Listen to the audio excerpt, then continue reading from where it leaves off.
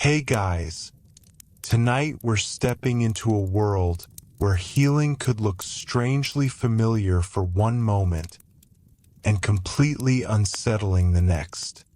Medieval medicine was not simply crude or chaotic, as people often imagine. It was a serious attempt to understand the body in an age where faith, ancient authority, observation, fear, and hope all lived side by side.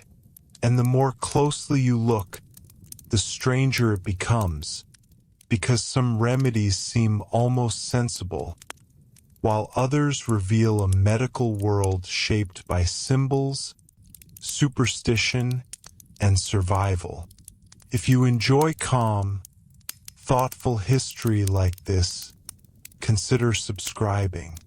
A lot of regular viewers do, simply so they can keep finding these deeper, slower stories without missing the next one. And now let's step into the medieval sickroom. To understand bizarre medieval medicine, it helps to begin with a simple truth. People in the Middle Ages were not trying to be irrational. They were trying to stay alive in a world where illness was everywhere, pain was common, and effective treatment was limited. A fever could arrive suddenly and end a life in days. A cut on the hand could become dangerous. Childbirth was always uncertain.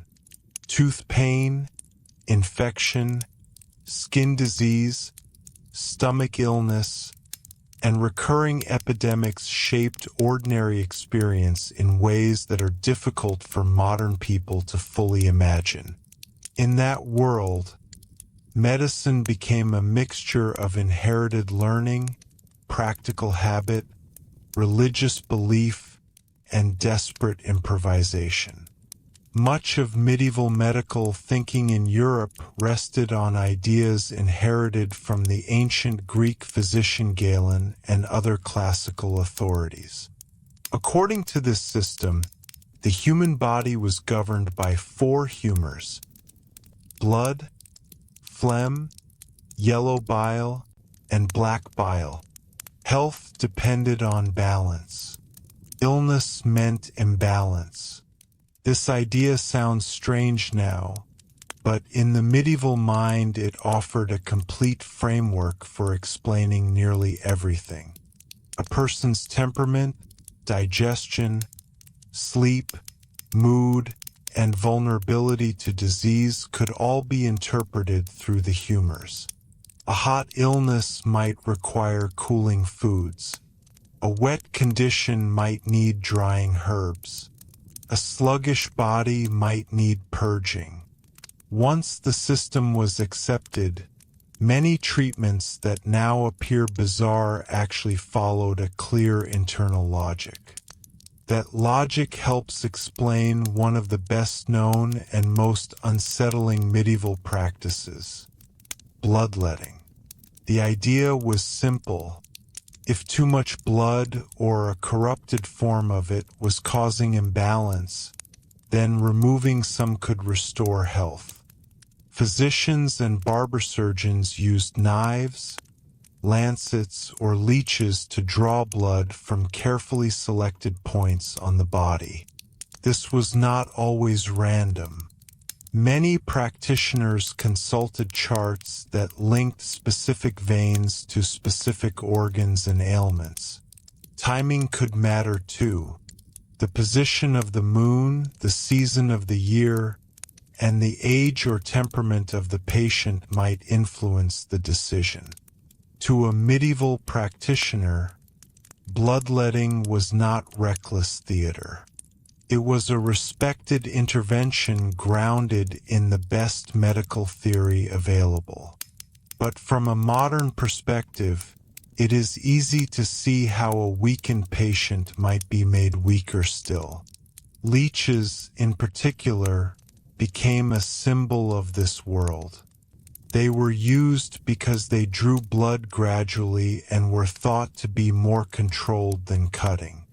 A physician could apply them to inflamed areas or places believed to be connected to deeper trouble inside the body. The sight must have been unforgettable.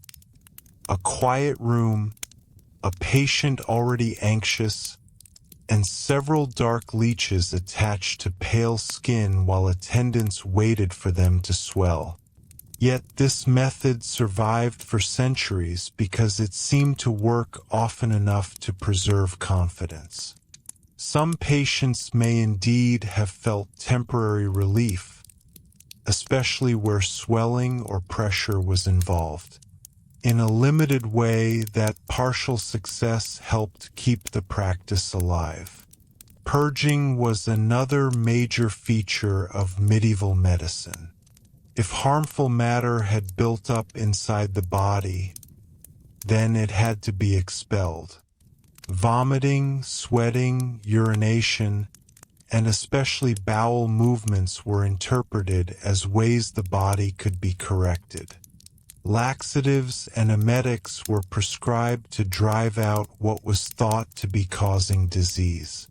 Certain herbs were valued because they could force movement through the system. On paper, this matched humoral theory perfectly. In practice, it could leave already sick people dehydrated, exhausted, and frightened. Still, to medieval healers, visible discharge from the body often looked like proof that treatment was doing something real. Urine inspection became one of the most important diagnostic tools of the age. And here medieval medicine entered another realm that modern viewers often find both fascinating and bizarre.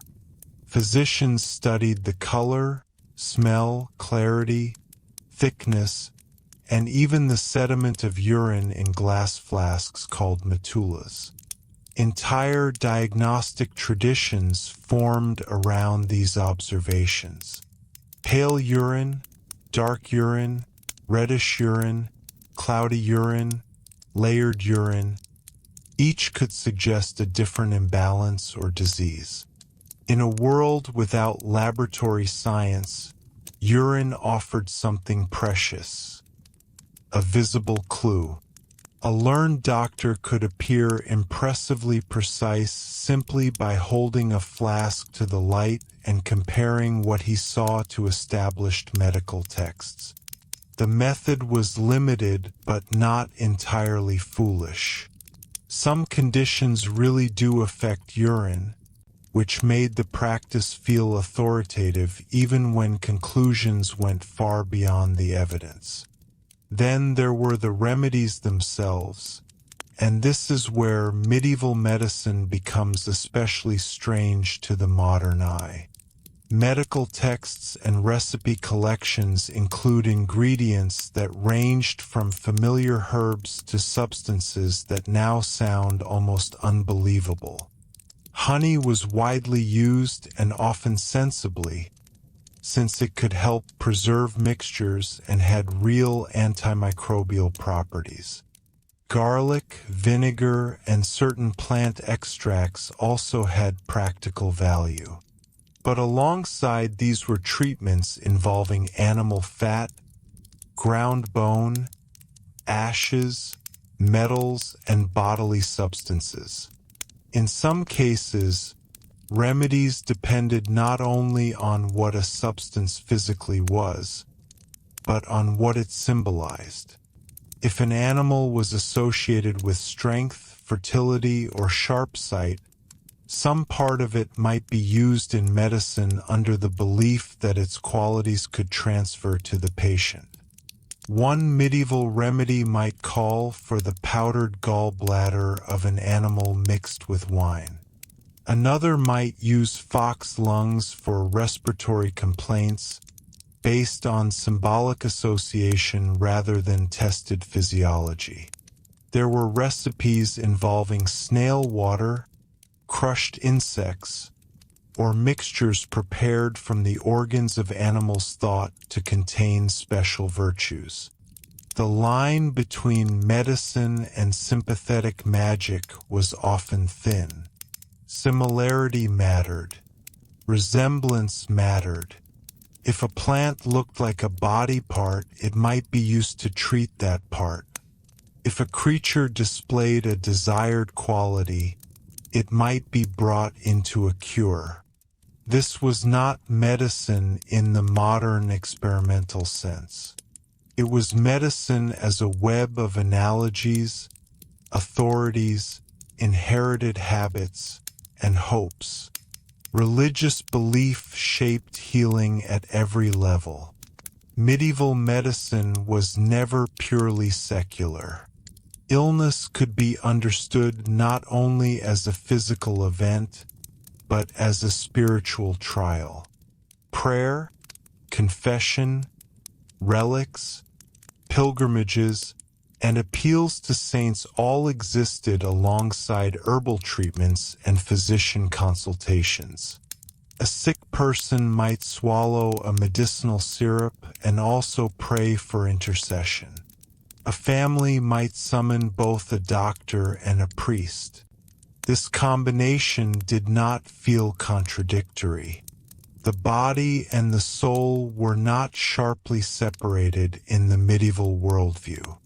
If disease could involve divine will, spiritual corruption, or demonic influence, then healing naturally included sacred measures. This helps explain the use of charms, amulets, and spoken formulas. Some treatments involved writing holy words on parchment and wearing them near the body. Others required prayers to be recited at specific times, sometimes repeated a set number of times to match sacred patterns. Certain gemstones were believed to protect against poisoning, plague, or melancholy. In a world where unseen forces were taken seriously, protective objects could feel as important as physical remedies. To modern eyes, this may look like superstition, but medieval people often understood it as part of a complete theory of protection, one that addressed danger on visible and invisible levels at once. Medicine was also deeply shaped by who was providing it. University-trained physicians stood near the top of the medical hierarchy, especially in towns and courts, but they were expensive and not always available. Barber surgeons handled more practical procedures like bloodletting, wound care, tooth pulling, and the treatment of visible injuries. Apothecaries prepared and sold compounds, herbs, oils, and preserved ingredients. And beyond the formal professions, countless people relied on local healers, household knowledge, monasteries, and experienced women within families and communities. Medieval medicine was not one single system delivered evenly to all. It was a layered landscape. Wealth, geography, literacy, and status shaped what kind of treatment a person could receive. Monasteries played a surprisingly important role in preserving and practicing medical knowledge. Monks copied ancient texts, cultivated herb gardens, and cared for the sick within their communities.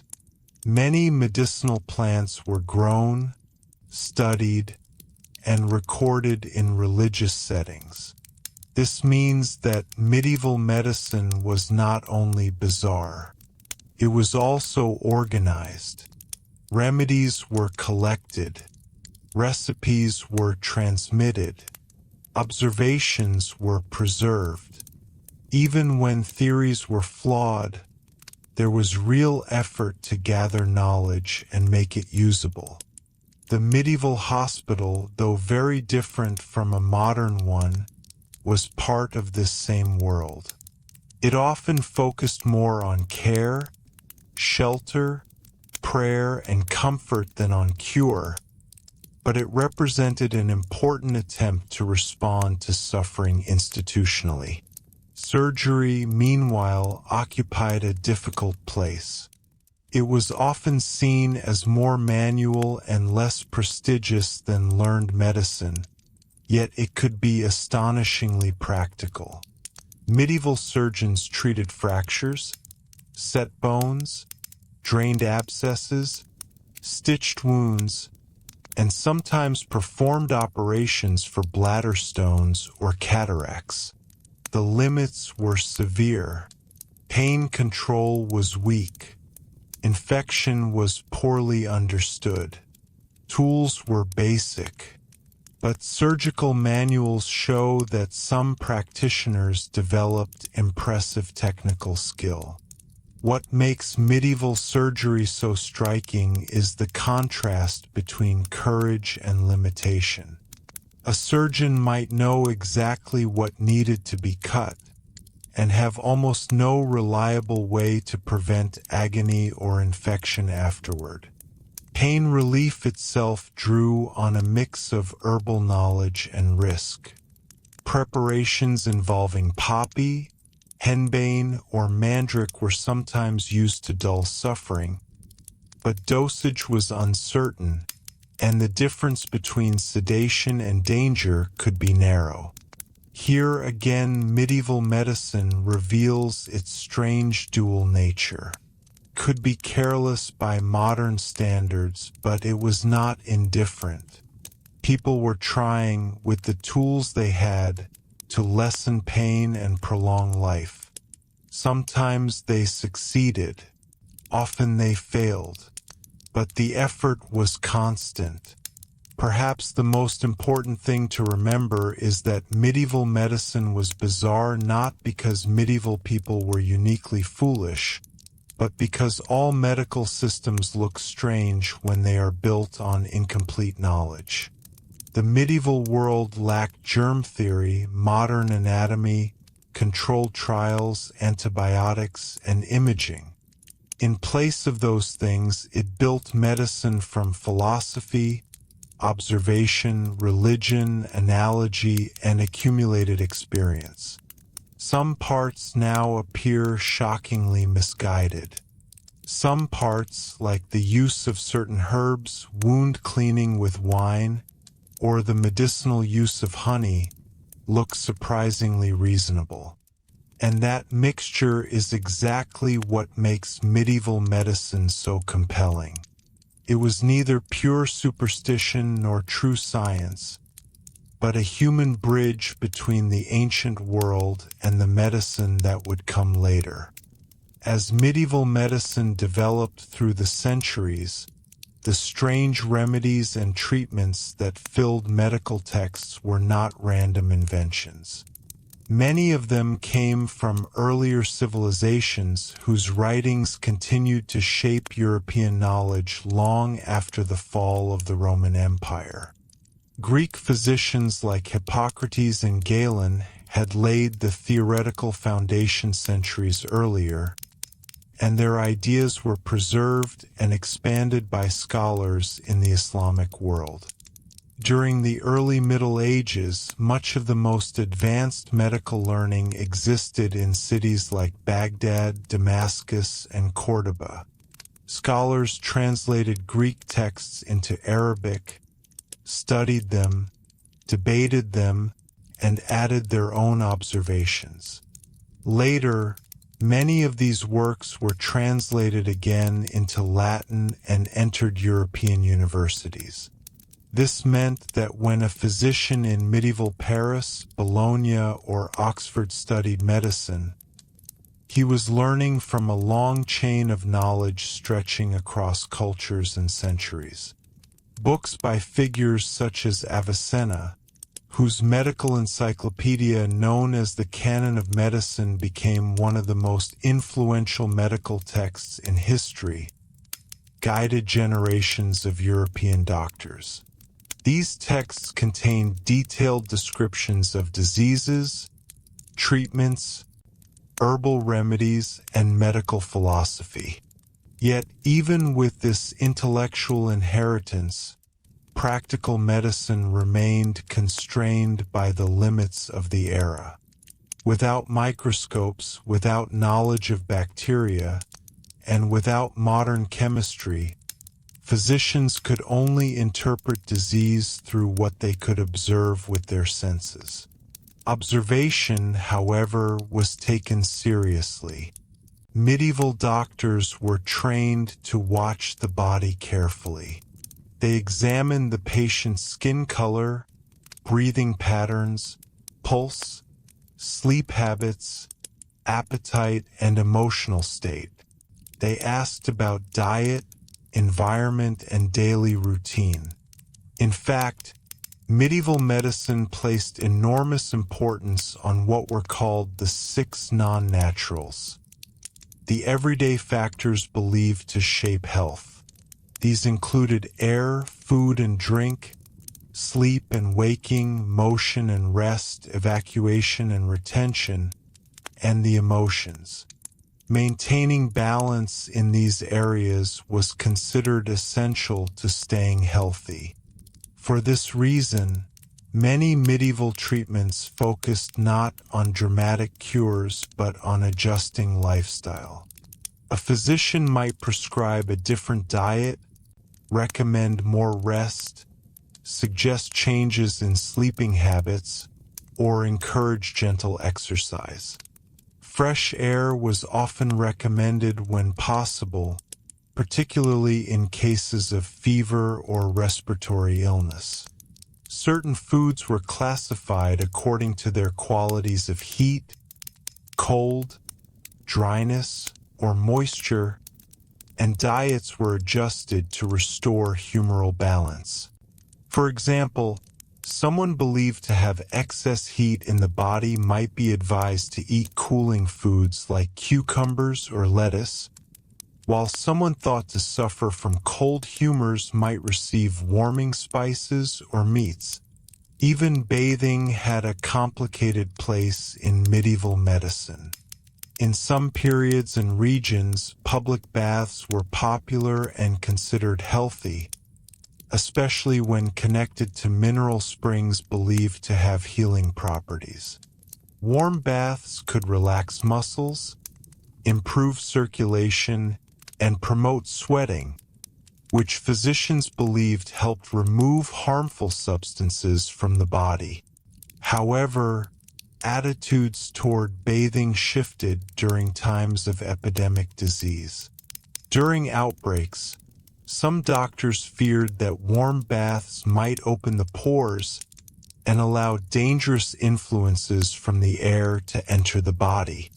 As a result, bathing practices could change dramatically depending on the prevailing medical theories of the time. The air itself was considered one of the most powerful influences on health. Medieval physicians believed that diseases could spread through corrupted or poisonous air, a concept known as miasma. According to this idea, foul smells, rotting matter, marshy environments, and decaying bodies released harmful vapors that could cause illness when inhaled. Although this theory did not identify microbes, it was not entirely unreasonable. Areas with poor sanitation and stagnant water often did have higher rates of disease. As a result, doctors sometimes advised people to avoid bad smells, burn fragrant herbs indoors, or carry flowers and spices to purify the air they breathed. During major outbreaks of disease, these beliefs led to some very unusual preventive measures. People carried small containers of aromatic herbs, cloves, or camphor to smell throughout the day. Homes might be filled with smoke from burning rosemary, juniper, or incense. Streets were occasionally cleaned or sprinkled with vinegar in attempts to neutralize dangerous vapors. Wealthier households sometimes sealed themselves indoors and attempted to control the air entering their rooms, while travelers avoided regions rumored to have unhealthy climates. Of course, the most terrifying disease to confront medieval society was the plague. When the Black Death swept through Europe in the 14th century, it killed millions and exposed the deep limitations of contemporary medicine. Physicians struggled to explain the catastrophe. Some blamed planetary alignments, believing that unusual positions of the stars had corrupted the air. Others believed the disease came from earthquakes that released poisonous vapors from deep within the earth. Treatments were equally desperate. Doctors recommended bloodletting, purging, herbal mixtures, and aromatic substances meant to counteract the poisonous air. One of the most recognizable images associated with plague medicine emerged later: the long-beaked mask worn by plague doctors. Inside the beak were fragrant herbs and spices intended to filter and purify the air before it reached the physician's nose. The costume included a heavy coat, gloves, boots, and a wide hat, all meant to provide protection while the doctor examined the sick. To modern eyes, the mask looks eerie and almost theatrical, but it reflected the sincere attempt to guard against disease using the knowledge available at the time. Despite the strange appearance of many medieval treatments, it is important to remember that this period also preserved and expanded important medical traditions. Herbal medicine, for instance, was highly developed. Monastic gardens and medical manuscripts carefully recorded the properties of plants such as sage, thyme, mint, fennel, and chamomile. Some of these herbs genuinely contain compounds with medicinal value. Willow bark, which was sometimes used to treat pain and fever, contains salicylic acid, a chemical related to modern aspirin. Garlic, used for infections and digestion, does possess antimicrobial properties. Although medieval healers did not understand the chemistry involved, centuries of practical experience allowed them to identify plants that could sometimes help the body recover. This blend of observation, tradition, theory, and belief created a medical world that was at once puzzling and deeply human. Medieval medicine may appear bizarre today, but behind every remedy was the same hope that drives medicine now: the desire to relieve suffering and preserve life in a world where illness could arrive without warning. And as we continue exploring this strange and fascinating world, the line between the logical and the mysterious becomes even more blurred. Another aspect of medieval medicine that often surprises modern viewers is how closely it was connected to astrology. In the medieval worldview, the human body was believed to be deeply influenced by the movements of the heavens. Planets, stars, and zodiac signs were thought to shape not only personality and fate, but also physical health. Physicians frequently consulted astrological charts before beginning treatment, especially when performing procedures like bloodletting. Each part of the body was associated with a specific zodiac sign. Aries governed the head, Taurus the neck, Gemini the arms, and so on down through the body. According to medical astrology, a physician should avoid cutting or bleeding a body part when the moon was passing through the zodiac sign that ruled that region. If the moon was in Aries, for example, treatments involving the head were considered dangerous. Medieval medical manuscripts often included diagrams known as the Zodiac Man, which visually mapped the zodiac signs onto the human body to guide these decisions. To modern readers, this may seem purely mystical, but in the medieval intellectual world, astrology was considered a legitimate science. Universities taught it alongside astronomy and medicine.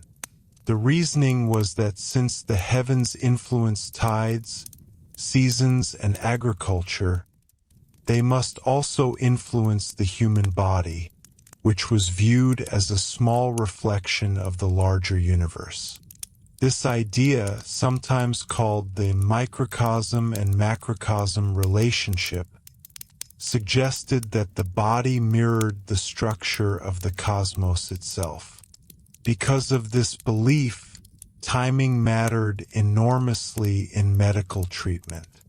A physician might delay a procedure until the stars appeared more favorable. Medicines could also be prepared at specific hours believed to strengthen their effectiveness. Even harvesting medicinal plants was sometimes scheduled according to planetary positions, under the assumption that celestial influences affected the potency of herbs. Alongside trained physicians, medieval communities also relied heavily on folk healers. These were individuals who gained reputations for curing illnesses through experience, local knowledge, and traditional remedies passed down through generations. In many villages, especially in rural areas, such healers were the first people families consulted when sickness appeared. They might prepare herbal mixtures, apply poultices to wounds, or recommend charms meant to protect against illness. Women played a particularly important role in this world of everyday healing. Midwives assisted with childbirth, treated infants, and often cared for women's health in ways male physicians rarely did. Their knowledge of herbs, pain relief methods, and pregnancy care could be extensive.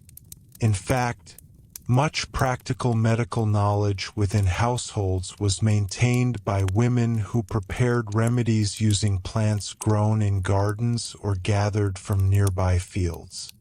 However, this informal medical authority sometimes created tension with religious or legal authorities. In certain periods, especially during waves of witchcraft accusations, folk healers could become targets of suspicion. A healer who claimed unusual powers, or whose remedies seemed mysterious to outsiders, might be accused of using forbidden magic.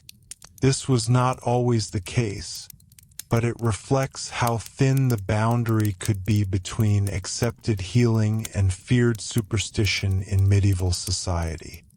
Meanwhile, apothecaries formed another essential part of the medical landscape.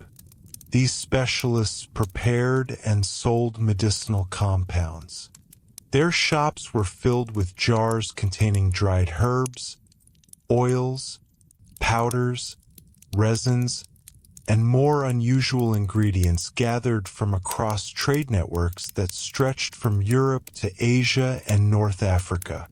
A wealthy city apothecary might stock cinnamon, saffron, ginger, myrrh, and other valuable substances that arrived through long-distance commerce. Some of the recipes they produced were astonishingly complex. A single remedy could contain 20 or more ingredients carefully ground, boiled, filtered, and preserved. One famous preparation known as theriac was believed to be a universal antidote against poisons and diseases. It included dozens of components, among them herbs, spices, honey, wine, and sometimes powdered snake flesh. Apothecaries followed elaborate instructions when making it, and the process itself could take weeks.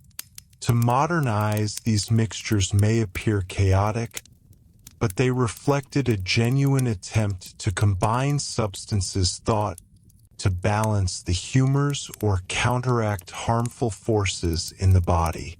Medieval medicine often worked by layering many small theoretical benefits together into one compound. Even if individual ingredients were ineffective, the belief in the overall balance of the recipe reinforced confidence in the treatment. In many ways, medieval medicine reveals a world in transition. Ancient knowledge still guided practice, religious belief shaped explanations, and practical observation slowly added new insights. The results could be strange, sometimes unsettling, and occasionally surprisingly effective. But above all, they show a society grappling with illness using every idea, resource, and tradition it possessed. One of the most fascinating and unusual areas of medieval medicine involved the treatment of wounds and infections. Unlike many internal illnesses, injuries were visible. Cuts, burns, broken bones, and battlefield wounds demanded immediate attention, and surgeons developed practical techniques to deal with them. While the theory behind medicine could be dominated by humors and astrology, surgery often relied more heavily on direct observation and experience. Medieval surgeons cleaned wounds with substances such as wine or vinegar. At the time, they believed these liquids helped remove corruption or impurities from the injury. Although they did not understand bacteria, these substances sometimes reduced infection because alcohol and acidity can kill certain microbes. In this way, a treatment that came from humoral reasoning occasionally produced genuine medical benefit. After cleaning the wound, surgeons might apply poultices made from herbs, honey, or animal fats. Honey in particular proved valuable, as it can help prevent bacterial growth and keep wounds moist while healing. Bandaging techniques also became increasingly sophisticated. Surgeons studied how to wrap injuries to protect them from dirt and movement. They created splints for broken bones and used stitching to close deeper cuts. Surgical manuals from the later Middle Ages show detailed illustrations of these methods, revealing a surprisingly careful approach to physical trauma. The work was still dangerous and painful, but it demonstrated growing technical skill. Pain management, however, remained one of the greatest challenges. Medieval practitioners relied heavily on herbal sedatives such as mandrake root, opium derived from poppies, and henbane. These substances could dull pain or induce sleep, but they were difficult to measure safely. Too little might have no effect, while too much could be fatal. Some surgeons used what historians sometimes call a soporific sponge, a cloth soaked in a mixture of narcotic herbs and placed near the patient's nose to produce sedation. Whether this method worked consistently is uncertain, but it shows the persistent effort to reduce suffering during procedures. Dental care offers another glimpse into the strange world of medieval medicine. Toothaches were extremely common due to poor diet, lack of hygiene, and limited dental knowledge. When pain became unbearable, the most direct solution was simply to remove the tooth. Barber surgeons and specialized tooth pullers performed extractions using metal instruments designed to grip and twist the tooth from its socket. The process was quick but often brutal. Interestingly, medieval people had their own explanations for tooth pain. One widely believed cause was the toothworm, a tiny creature thought to live inside the tooth and cause decay. Medical texts describe treatments aimed at driving out or killing this imaginary worm. Some involved fumigating the mouth with smoke from burning herbs or seeds, while others recommended applying medicinal pastes to the affected tooth. Although the toothworm did not exist, the idea shows how people tried to interpret the invisible causes of pain with the knowledge available to them. Eye diseases were another common concern. Conditions like cataracts could lead to blindness, but medieval surgeons developed a procedure known as couching to treat them. Using a thin needle, the surgeon attempted to push the cloudy lens of the eye downward, out of the patient's line of sight. The method was risky and often resulted in complications, yet in some cases it did restore partial vision. Patients who underwent this procedure had to remain very still during the operation, guided only by the steady hand of the surgeon and whatever limited pain relief could be offered. Skin conditions also inspired many unusual treatments. Medieval medical books describe remedies for rashes, boils, leprosy, and other visible disorders. Treatments could involve bathing in herbal mixtures, applying pastes made from plant extracts, or covering the skin with oils and ointments. Some cures relied on animal products or minerals ground into powder. The goal was usually to draw harmful substances out of the skin or restore balance to the humors thought to be causing the condition. Leprosy, one of the most feared diseases of the medieval period, carried not only physical suffering but also social consequences. People diagnosed with the disease were often separated from society and sent to special communities known as leper houses. Medieval physicians attempted treatments using special diets, medicinal baths, and herbal preparations, but the disease was poorly understood and rarely cured. Isolation became the primary method of controlling its spread. What makes medieval medicine so intriguing is that alongside these strange ideas existed genuine attempts at learning and improvement. Surgeons recorded their experiences, medical schools debated treatments, and herbal knowledge continued to grow. Each generation inherited both the successes and the mistakes of the previous one.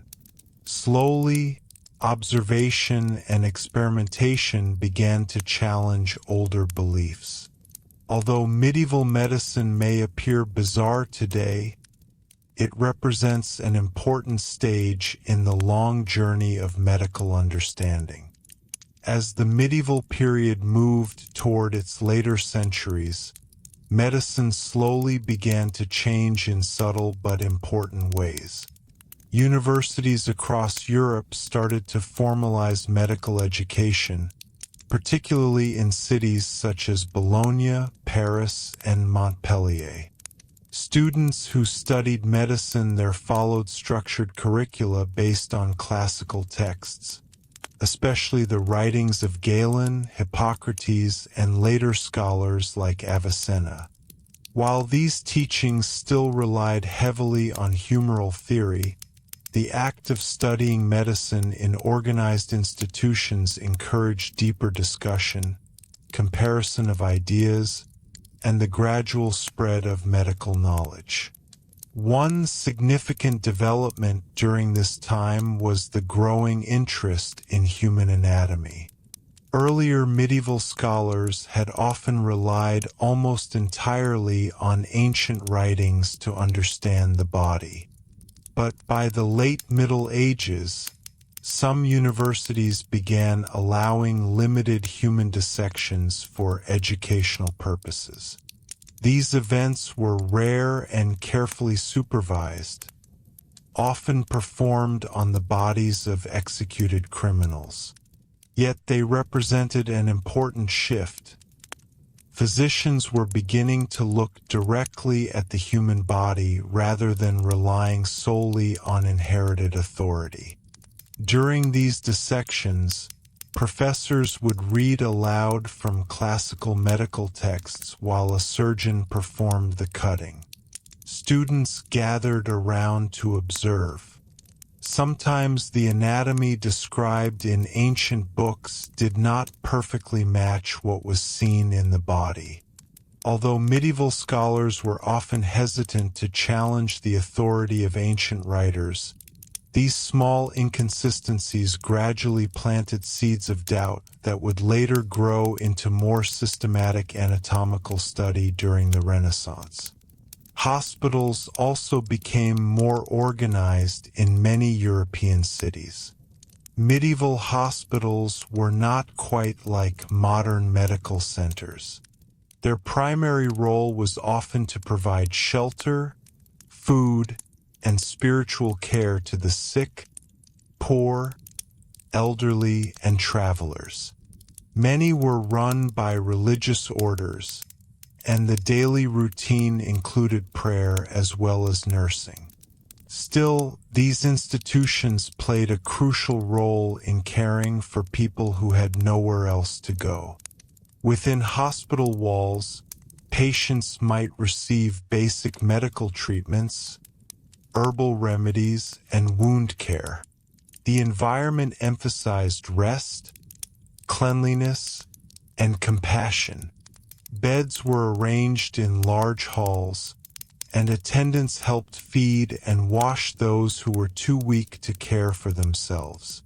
While the medical technology remained limited, the idea that communities should create organized spaces for healing represented an important step in the evolution of healthcare.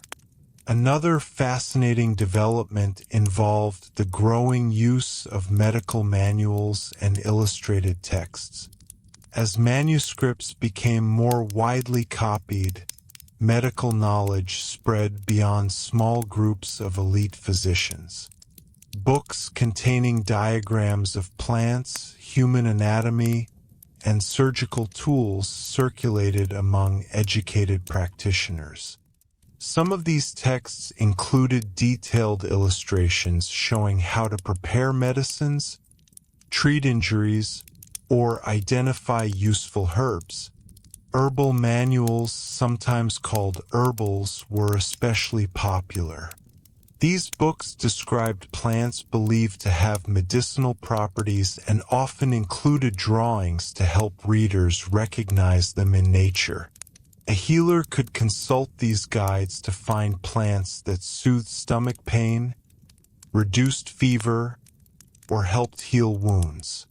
Although the scientific explanations were incomplete, centuries of observation meant that some of these remedies genuinely worked. Trade also played an important role in shaping medieval medicine. Through expanding commercial routes, European apothecaries gained access to exotic spices, minerals, and plant products from distant regions. Ingredients such as cinnamon, ginger, saffron, and frankincense traveled along trade networks connecting Europe with the Middle East and Asia. Many of these substances were valued not only for flavor but also for their supposed medicinal qualities. The arrival of these ingredients sometimes transformed medical recipes into elaborate mixtures. Wealthy patients might receive expensive preparations containing rare spices and imported resins, while poorer communities relied more on locally available plants. In this way, medicine reflected the broader economic and cultural connections of the medieval world. Yet even as knowledge slowly expanded, the core limitations remained. Without understanding infection, immunity, or the microscopic world, medieval medicine could only go so far. Epidemics continued to devastate populations, and many treatments were based on theories that later generations would abandon. Still, the medieval period should not be viewed simply as a time of ignorance. It was an era of experimentation, preservation, and gradual learning. Physicians observed the body carefully. Surgeons developed practical techniques, and communities built institutions dedicated to caring for the sick. Medical texts were copied and studied, herbal knowledge was preserved, and the first steps toward anatomical science were quietly unfolding. In many ways, medieval medicine represents a bridge between ancient traditions and the scientific transformations that would arrive in the centuries ahead. The remedies may seem bizarre today, and the theories often misguided. By the closing centuries of the medieval era, medicine stood at a quiet turning point. Much of the older systems still dominated daily practice. Physicians continued to discuss the four humors. Astrology still influenced medical timing, and herbal remedies remained the foundation of most treatments. Yet beneath the surface, subtle changes were slowly reshaping how people understood the human body and disease.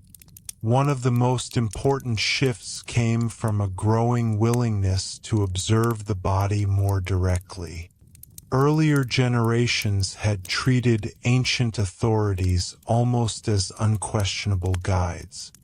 Galen's writings, for example, had dominated medical thinking for over 1,000 years. But as dissections became slightly more common in certain universities, scholars occasionally noticed that the structures they saw did not perfectly match what the ancient texts described.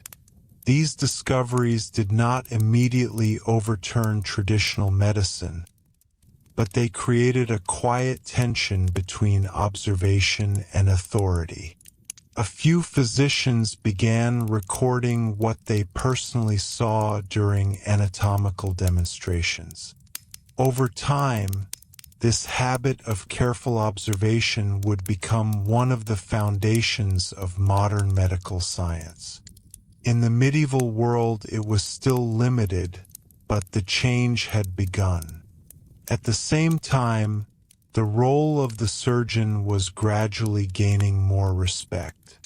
For much of the medieval period, physicians and surgeons occupied different positions in society. Physicians were university-trained scholars who diagnosed illness and prescribed treatments based on learned theory.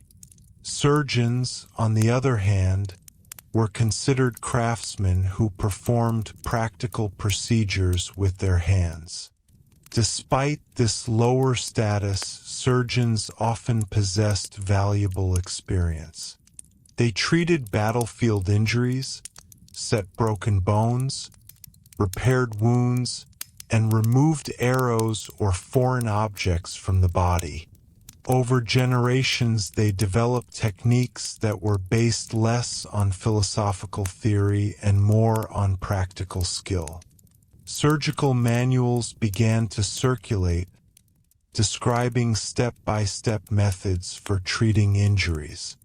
One famous medieval surgeon, Guy de Chauliac, wrote a widely influential surgical text in the 14th century called Chirurgia Magna.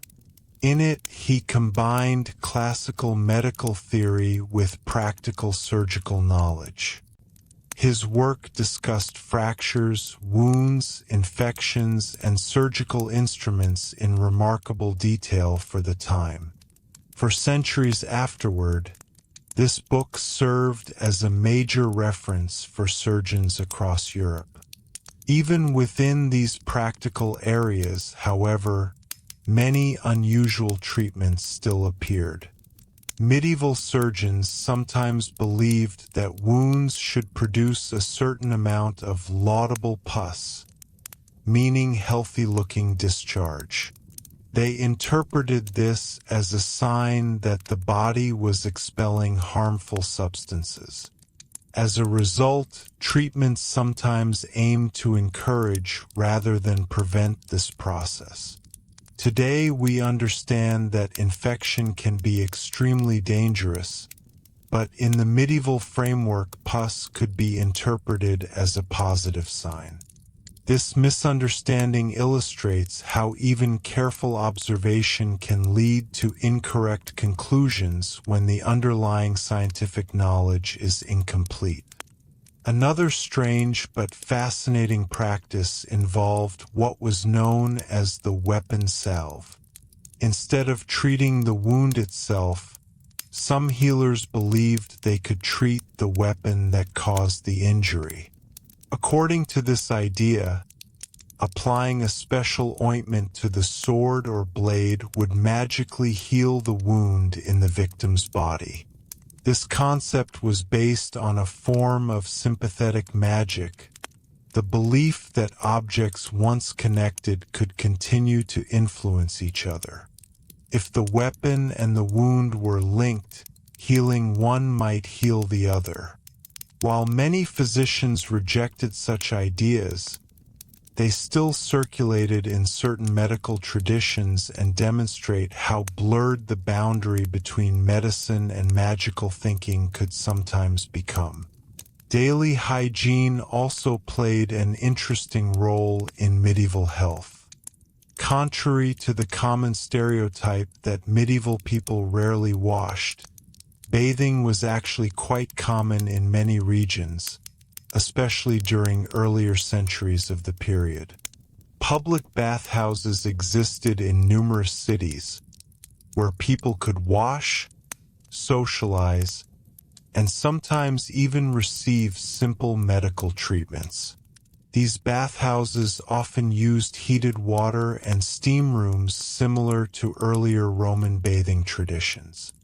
Physicians sometimes recommended bathing to improve circulation, relax muscles, and cleanse the body of impurities. However, after devastating epidemics like the plague, attitudes toward bathing shifted.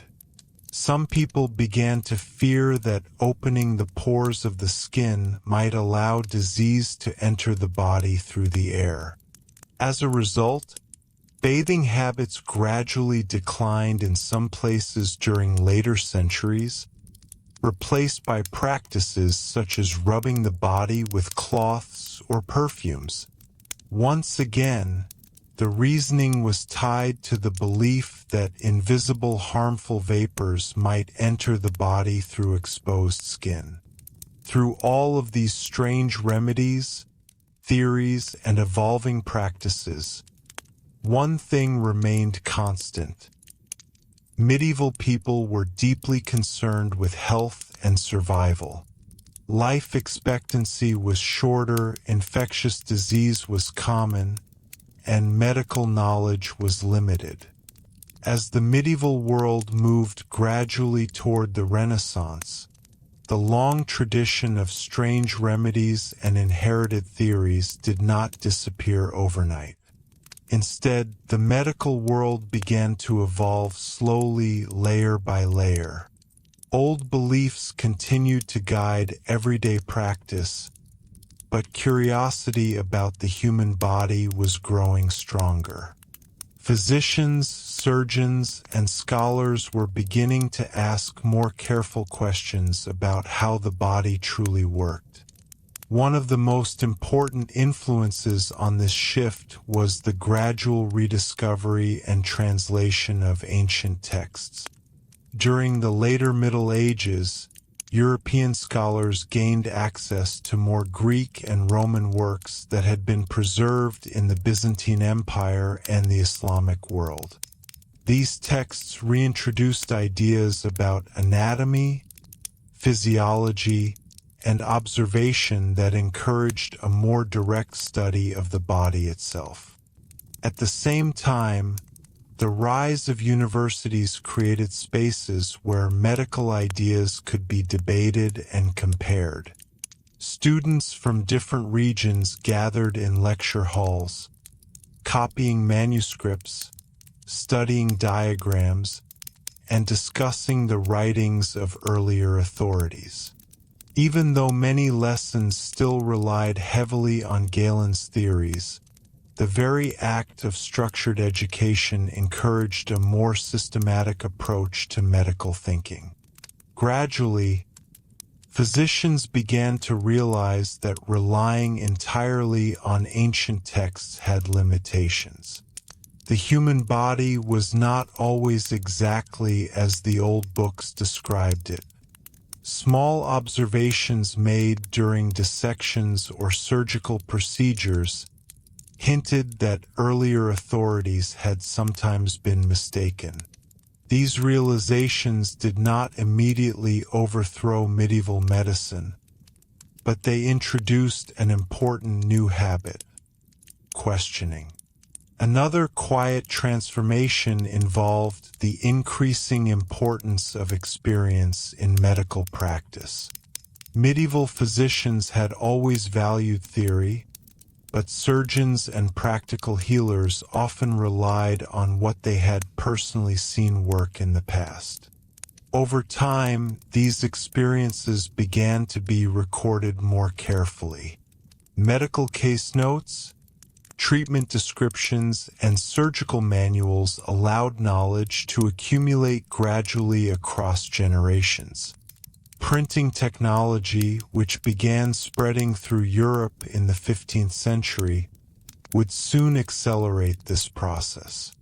Before printing, medical books had to be copied by hand, which made them rare and expensive. But once printing presses appeared, texts could be reproduced far more quickly. Medical knowledge that had once been limited to small scholarly circles could now travel across entire regions. This meant that herbal remedies, anatomical diagrams, and surgical techniques could be shared widely among practitioners. Apothecaries could consult printed herbals, physicians could study standardized medical texts, and surgeons could learn from illustrated guides to instruments and procedures.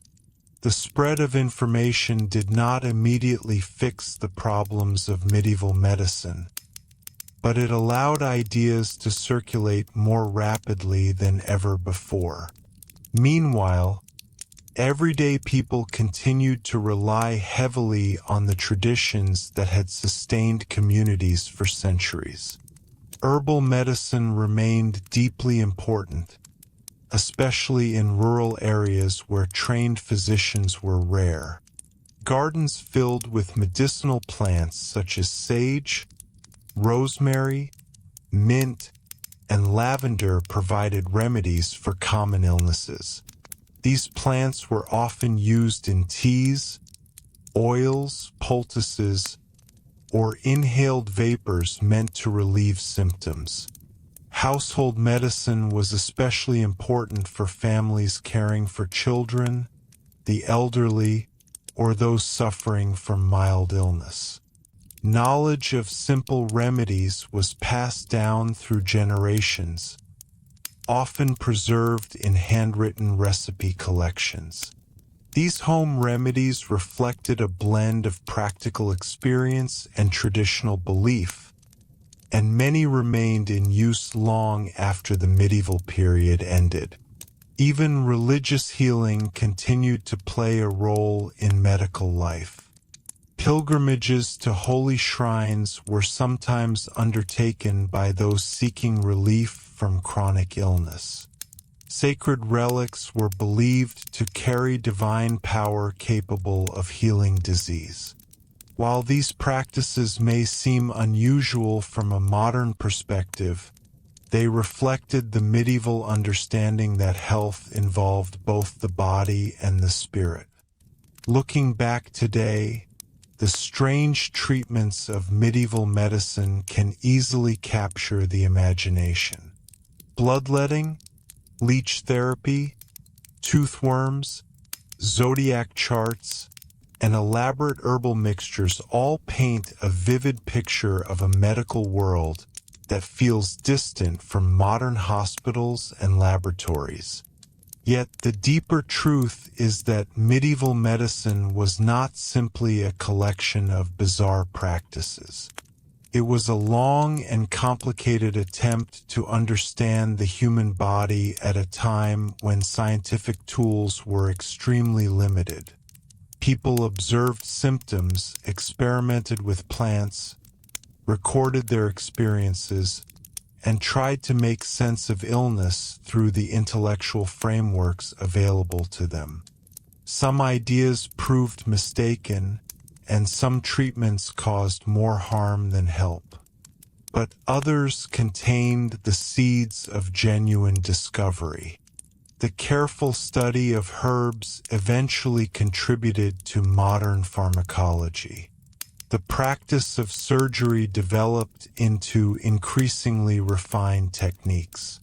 Anatomical study laid the groundwork for later scientific breakthroughs.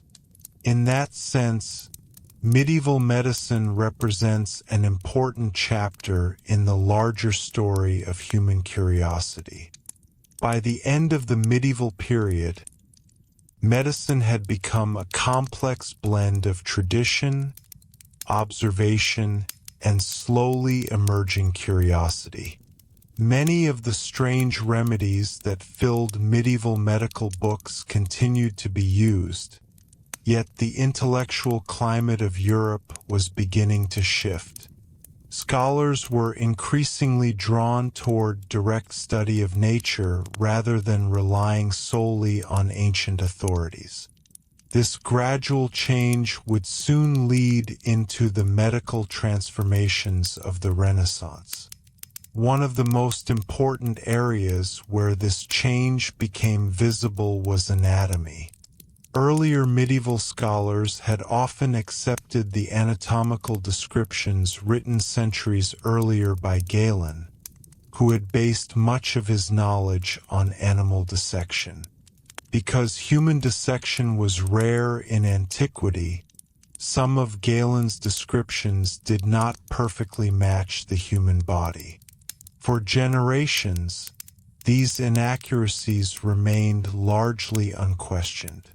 But as dissections became slightly more common in late medieval universities, some physicians began noticing differences between what the ancient texts described and what they could actually see.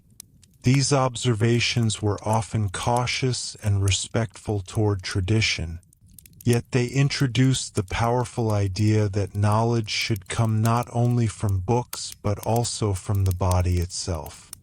This shift toward observation did not immediately revolutionize medicine, but it planted the seeds for later breakthroughs. Over time, physicians would begin to map the body with increasing accuracy, identifying organs, vessels, and structures that earlier scholars had misunderstood. The strange and symbolic explanations that once guided medicine would gradually give way to more evidence-based study. Another important development involved the professionalization of medical practice. During the medieval period, the roles of physician, surgeon, and apothecary had often been clearly separated. Physicians diagnosed illness and prescribed treatments according to learned theory. Surgeons performed physical procedures such as setting bones or treating wounds. Apothecaries prepared the medicines themselves. As knowledge expanded, cooperation among these roles became increasingly important. A physician might consult with a surgeon before recommending a procedure, while an apothecary needed precise instructions when preparing complex remedies. This collaboration helped gradually refine medical practice and improve patient care, even though the underlying theories still contained many errors. Public health also began to attract more attention, especially after devastating epidemics like the Black Death. Cities slowly recognized that disease could spread rapidly through crowded environments. In response, some communities introduced early forms of quarantine, isolating ships or travelers arriving from regions known to have outbreaks. Although people did not yet understand germs, these measures sometimes helped slow the spread of disease. Urban authorities also began to regulate certain aspects of daily life in order to protect health. Efforts were made to improve street cleanliness, remove waste, and control activities that produced foul odors believed to carry disease. Markets and food supplies were occasionally inspected to prevent the sale of spoiled goods. These measures reflected an emerging awareness that public health was connected to the environment and the organization of cities. Meanwhile, the reputation of certain medical centers continued to grow. Universities such as Bologna, Padua, and Montpellier attracted students from across Europe who wished to study medicine formally. The training they received combined classical theory with practical instruction, creating a generation of physicians who were increasingly comfortable with both scholarly learning and direct observation. Still, for most ordinary people, everyday healthcare continued to look very similar to what it had been for centuries. Herbal remedies remained the first line of treatment for common illnesses. Families relied on familiar plants and household mixtures to soothe pain, reduce fever, or treat digestive problems. Midwives continued to assist childbirth, passing down generations of knowledge about pregnancy and infant care. The coexistence of scholarly medicine and traditional remedies created a medical culture that was both learned and deeply practical. Academic physicians might debate theories in lecture halls, while local healers worked quietly in villages, applying poultices, preparing herbal teas, and caring for the sick in ways that had been practiced for generations. When modern audiences look back at the world of bizarre medieval medicine, it is easy to focus on the most unusual practices. Bloodletting guided by zodiac charts, powders made from animal parts, or strange mixtures of herbs and minerals. Yet beneath these unusual details lies a deeper story about human resilience and curiosity. Medieval people lived in a world where disease was constant and medical knowledge was limited. Yet they refused to accept illness without trying to understand it. They studied ancient texts, observed the body, experimented with plants, built hospitals, and preserved knowledge that might help future generations. As medieval medicine slowly gave way to the early modern world, the strange treatments and ideas that once defined healthcare did not vanish immediately. Instead, they lingered for generations, gradually fading as new discoveries reshaped how people understood the human body. What makes this period so fascinating is that it represents a moment when two ways of thinking about medicine existed side by side. The symbolic, tradition-based approach of the medieval world and the increasingly observational approach that would lead to modern science. In medieval society, illness had rarely been seen as a purely physical problem. Disease could reflect imbalance in the humors, corruption in the air, divine punishment, or spiritual trial. Healing therefore involved many layers at once. A physician might prescribe herbs or bloodletting, while a priest offered prayers and blessings. A family might prepare household remedies while also seeking protection from religious relics or sacred shrines. Health was understood as a harmony between body, environment, and spirit. This holistic worldview shaped daily life in ways that extended far beyond medicine itself. Diet, for example, was considered a powerful tool for maintaining balance in the body. Medieval physicians often wrote detailed dietary advice for their patients. Foods were classified according to their qualities: hot, cold, dry, or moist, and meals were designed to maintain equilibrium. Rich meats, heavy breads, sweet fruits, and sharp spices were all believed to influence the body's internal balance. Even cooking methods mattered. Roasted foods were considered drying and warming, while boiled foods were thought to add moisture to the body. Physicians might recommend certain foods in winter and others in summer, since the seasons were believed to affect the humors as well. In this sense, medieval medicine extended into the kitchen, turning everyday meals into part of a broader health strategy.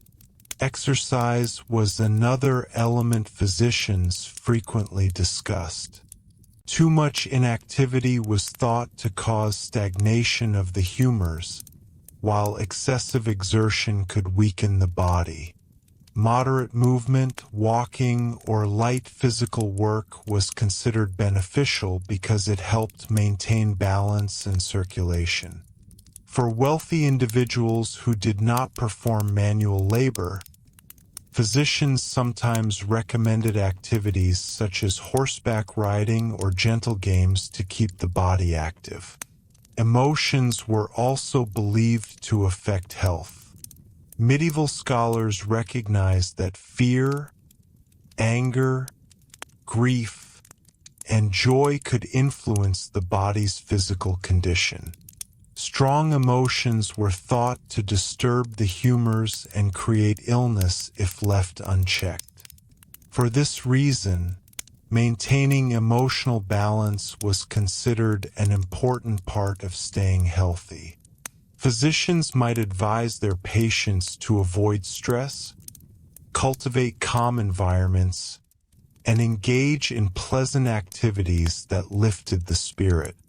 These ideas reveal something important about medieval medicine. It was not solely focused on dramatic cures. Much of its attention was devoted to prevention and balance. Physicians believed that if the body's natural harmony could be maintained, disease might never take hold. While the scientific explanations were often incorrect, the underlying concept that lifestyle affects health still resonates in modern medicine. At the same time, the limitations of medieval knowledge meant that many serious illnesses remained mysterious and terrifying. Epidemics could sweep through cities without warning. Fevers appeared suddenly and spread through households. Without understanding bacteria or viruses, physicians could only observe patterns and propose explanations based on the frameworks they knew. Yet, even within these limitations, the medieval world preserved an enormous amount of medical knowledge. Monasteries copied ancient manuscripts that might otherwise have been lost. Physicians wrote detailed case descriptions. Surgeons recorded practical techniques for treating wounds and fractures. Herbalists carefully documented the properties of plants used for healing. All of this knowledge formed a foundation that later generations could build upon. When Renaissance scholars began studying anatomy more systematically, they did not start from nothing. They inherited centuries of accumulated observations, texts, and practical experience from the medieval world. Looking back today, the bizarre remedies of medieval medicine, leeches, bloodletting charts, mysterious powders, and elaborate herbal mixtures, can seem almost surreal. But these treatments represent something deeply human. They show a society struggling to understand disease in an age before microscopes, laboratories, or antibiotics. The medieval healer, whether physician, monk, surgeon, or village herbalist, was part of a long tradition of people trying to relieve suffering with the knowledge available to them. Some treatments failed. Others unexpectedly helped. And through centuries of trial, belief, and observation, medicine slowly evolved. In the quiet rooms where medieval patients once waited for relief, surrounded by jars of herbs, strange instruments, and whispered prayers, the story of medicine was already unfolding. As the medieval centuries gradually faded into the early modern era, one of the most interesting legacies of medieval medicine was not any single treatment or theory, but the persistence of curiosity. Even though many explanations about the body were incorrect, medieval scholars had preserved an important habit: the desire to observe, record, and explain illness. Medical manuscripts from the period reveal physicians carefully documenting symptoms.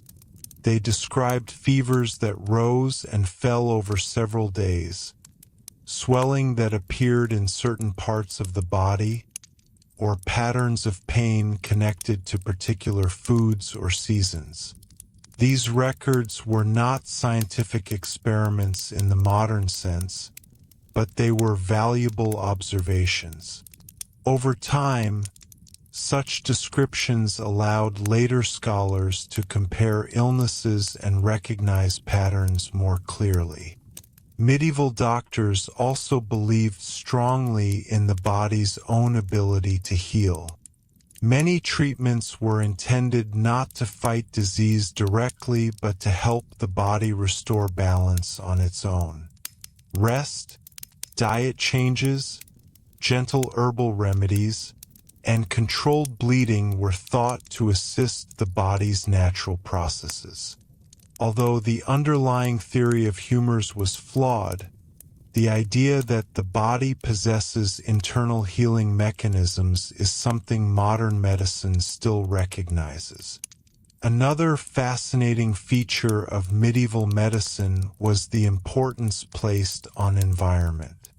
Physicians believed that climate, water quality, seasonal weather, and even the location of a home could influence health. A damp environment might be blamed for certain illnesses, while warm, dry climates were thought to strengthen the body. Patients suffering from chronic conditions were sometimes advised to move to different regions where the air was believed to be healthier.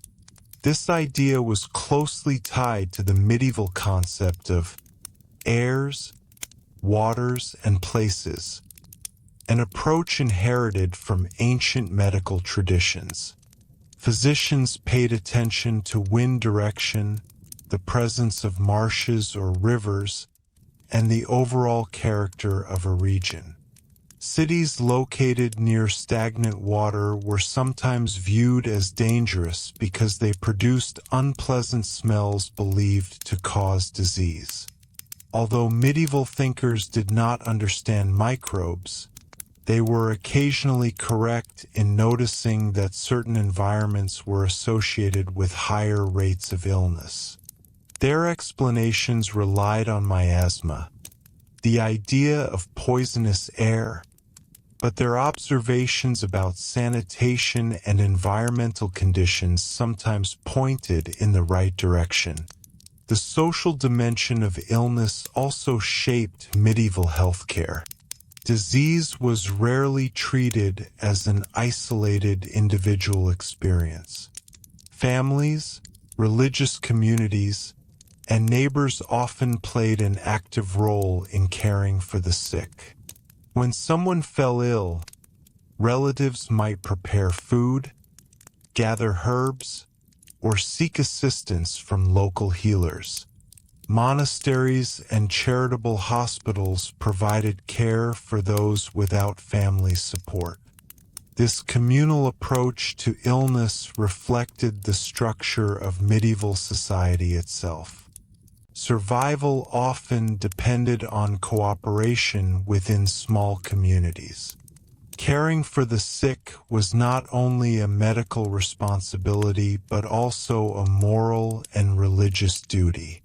Religious teachings emphasized compassion and charity, encouraging people to care for those who suffered. At the same time, the presence of illness could reshape entire communities.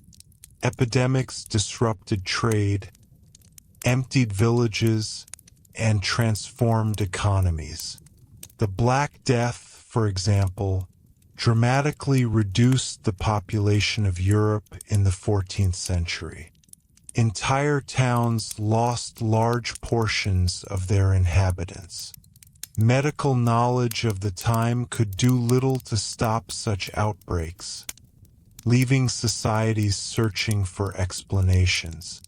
In response, people often turned to a mixture of medical and spiritual solutions. Some communities organized public prayers, believing that divine mercy might halt the spread of disease. Others attempted practical measures such as isolating the sick or restricting travel from infected areas. These early quarantine practices, though imperfect, sometimes slowed the movement of disease. Despite the many limitations of medieval medicine, it would be a mistake to see the era only as a time of ignorance.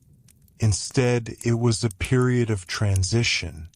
Ancient theories continued to guide physicians, but new observations were slowly challenging those ideas. The careful study of plants expanded knowledge of natural remedies. Surgical techniques improved through practical experience. Universities created networks where medical ideas could be shared. All of these developments prepared the ground for the dramatic changes that would arrive during the Renaissance and the scientific revolution. Anatomists would soon study the body with unprecedented accuracy. Physicians would begin to question long-held assumptions about physiology. Eventually, discoveries about circulation, infection, and chemistry would transform medicine completely. Yet the strange world of medieval medicine remains an important chapter in this story. It reminds us that knowledge grows slowly. Each generation inherits ideas from the past, tests them, modifies them, and passes them forward. The bizarre remedies and curious theories of the Middle Ages were part of that process. And in many ways, the story of bizarre medieval medicine ends not with a single discovery or dramatic breakthrough, but with a slow transformation in how people thought about knowledge itself. The medieval world had built its medical understanding on authority, tradition, and philosophical systems that attempted to explain the body as part of a larger cosmic order. But as the centuries moved forward, a new emphasis on direct evidence began to reshape those assumptions. This transformation did not happen suddenly. Medieval physicians had already been observing symptoms, recording treatments, and studying herbal remedies for generations. What began to change was the weight given to observation over tradition. Instead of accepting every claim made by ancient authors, scholars increasingly asked whether those claims could be confirmed by looking at the body itself. Anatomical study slowly became more detailed. Physicians and scholars began mapping organs, muscles, and bones with greater accuracy. Surgical knowledge expanded as practitioners documented their experiences more carefully. The human body, once explained primarily through philosophical theories like the four humors, was gradually becoming an object of systematic investigation. Yet even as these changes unfolded, many medieval practices continued to influence medicine well into the early modern period. Bloodletting, for example, remained common for centuries. Herbal remedies continued to play a major role in healthcare. Apothecaries still prepared mixtures of plants, spices, oils, and minerals, many of which had been used since medieval times. Some of these remedies turned out to have real medicinal value. Plants that medieval healers used for pain, digestion, or infection sometimes contained chemical compounds that modern science would later identify and refine. In this sense, medieval herbal knowledge formed part of the foundation of pharmacology. Other practices gradually disappeared as scientific understanding improved. The belief in toothworms faded as dental anatomy became better understood. Astrological medicine lost influence as astronomy separated itself from astrology. The humoral system, once the dominant explanation of disease, slowly gave way to more accurate ideas about anatomy, circulation, and eventually microscopic organisms. Looking back from the modern world, it is easy to see medieval medicine as strange or even unsettling. The sight of leeches drawing blood, the careful study of urine in glass flasks, or the belief that stars could influence surgery all seem distant from the clean laboratories and hospitals we know today. But what makes medieval medicine truly fascinating is not how wrong it sometimes was, but how human it was. Medieval physicians, surgeons, monks, midwives, and herbalists were all trying to answer the same questions that continue to drive medical science today. What causes disease? How does the body heal? And how can suffering be reduced? Without microscopes, antibiotics, or modern anatomy, they relied on the tools available to them: observation, tradition, philosophy, religion, and the natural world around them. Some remedies failed, some worked by accident, and many simply reflected the best understanding of the time. In the quiet rooms of medieval hospitals, in monastery gardens filled with medicinal plants, and in the workshops of apothecaries grinding herbs into powders, the long story of medicine was slowly unfolding. Each generation added its own ideas, preserved what it believed to be useful, and passed that knowledge forward. The world of bizarre medieval medicine, with all its unusual treatments and strange theories, was therefore not a dead end in the history of science. It was a bridge. It carried ancient knowledge through centuries of uncertainty and laid the groundwork for the medical revolutions that would follow. And when we look closely at that world today, beyond the leeches and the strange recipes, we can see something familiar. People searching for answers, caring for the sick, and trying, however imperfectly, to understand the mysterious workings of the human body. In the end, the world of medieval medicine leaves us with a remarkable picture of human persistence. For centuries, people lived in a time when illness could appear suddenly and explanations were often uncertain. Yet the response was never simply resignation. Across towns, villages, monasteries, and universities, people continued to search for ways to understand the body and protect health. What makes this era so intriguing is how many different traditions of healing existed at the same time. A wealthy patient in a medieval city might consult a university-trained physician who relied on classical medical texts and humoral theory.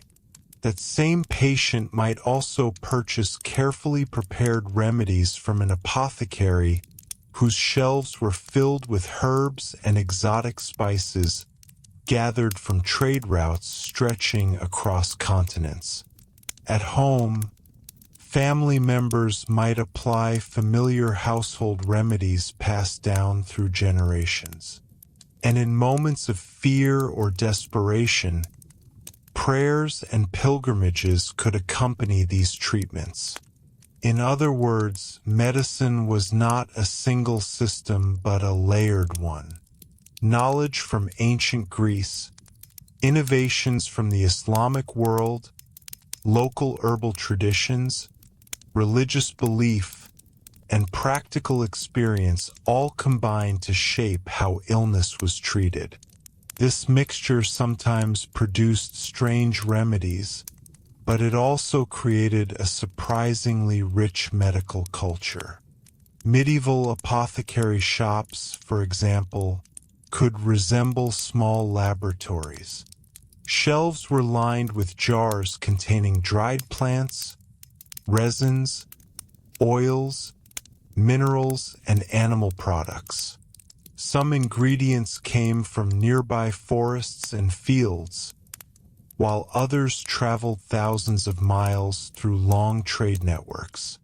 Cinnamon from Asia, frankincense from the Middle East, and saffron from Mediterranean regions might all appear in a single medicinal preparation. Preparing medicine required careful work. Ingredients were weighed, crushed, heated, mixed with honey or wine, and stored in sealed containers.